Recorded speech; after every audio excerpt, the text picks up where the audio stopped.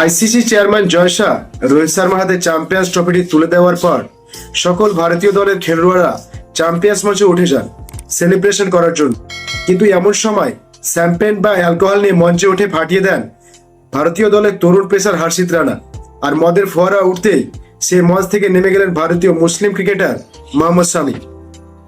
আপনারা যদি একটু ভালো করে লক্ষ্য করেন, উপরে মদের ফোয়ারা চলছে, উদযাপন না করে মঞ্চ থেকে নেমে গেল কিংবা সরে গেলেন মোহাম্মদ শামি। সরে গিয়ে তিনি সাইডেই দাঁড়িয়েছিলেন।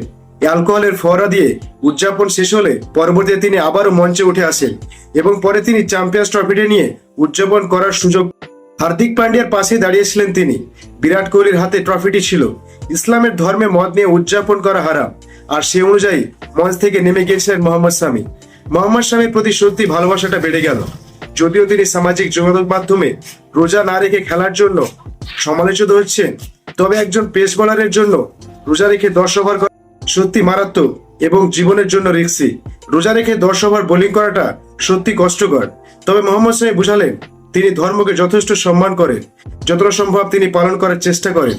আর সেটাই দেখা গেল চ্যাম্পিয়ন্স ট্রফির চ্যাম্পিয়ন্স মঞ্চে, যখন ট্রফিটি নিয়ে সবাই অ্যালকোহল নিয়ে উদযাপন করছিল।